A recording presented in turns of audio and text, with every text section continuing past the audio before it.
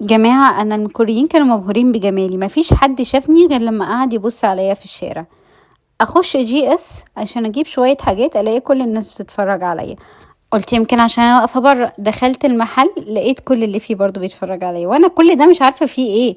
قلت خلاص انا اروح الكافيه بقى عشان اخلص. انا لقيت الست تبصلي باستغراب وكلهم بيتفرجوا عليا، انا فعلا مش عارفة فيه ايه.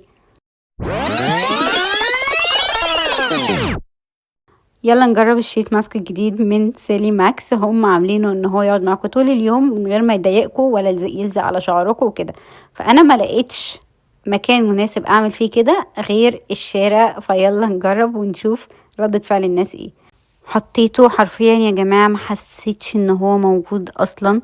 كان خفيف جدا، يعني مش احساس الماسكات التانية. وهنا سارة بتجربه وتشوف هيقع مني ولا لا، وهو نجح في اول اختبار وما وقعش مني يا جماعة. وبجد مش حاسة ان انا حاطة خالص مش عارفة.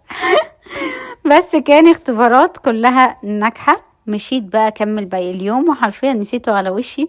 واللي حصل في اول الفيديو ده. هنا هي كمان بتجرب. وهنا بقى بعمل لكم اهم تجربة، ان انا اجيب شعري واحطه عليه. بصوا يا جماعة مش زي اي ماسك بيلزق على الشعر، فهيبقى تحفة لكل يوم او كل ما بشترك تنشف. بجد يا جماعة تحفة.